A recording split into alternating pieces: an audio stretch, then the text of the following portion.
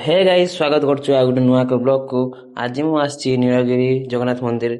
तो आसु आसु देखते पाइल कि नीलगिरी थिवा सेही अरुणस्तंभ एवं देखंतु नीलगिरी मंदिर रे फोन एलाउ नाही बोली फोन भितर को देले नाही। तो मु फोन बाहर रखी भितर गली तापरे देखि पारथि पहाड़ तापरे एठी आसाइला परे देखि पारथि ये होछि राजा रानी मंदिर रो गेट।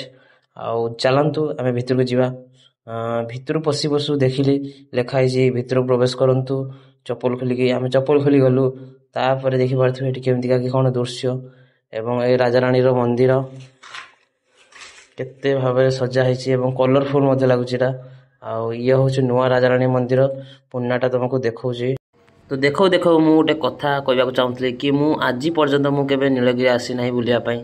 तो ये देखंतु ये राजा रानी मंदिर पुन्नाटा जहाँ कि पुराना को देखी नुआ करा जायछि। एई राजा रानी मंदिर बहुत फेमस पाखापाखि एई आम बालेश्वर अंचल रे। तो मु एइटी ब्लॉग टी को एंड करी मु एबे जाउछि घर को। तो टाटा गाइज।